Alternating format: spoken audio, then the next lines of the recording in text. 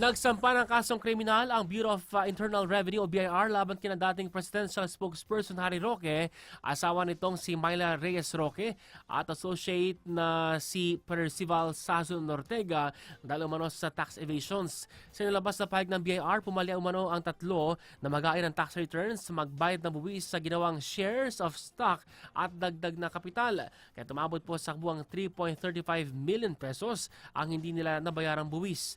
Ay sa BIR, may sapat na basihan ng ahensya para kasuhan si Roque at Ortega na sinadyang pagtatangkang umiwas sa pagbabayad ng buwis sa ilalim ng Section 254 at hindi ng National Internal o hindi po pagsusumite ng tax returns sa ilalim ng Section 255 ng National Internal Revenue Code of 1997 na inemendahan. Samantala, magugunitang sangkot po si Harry Roque sa kasong human trafficking hinggil sa pagguhab sa Pampanga.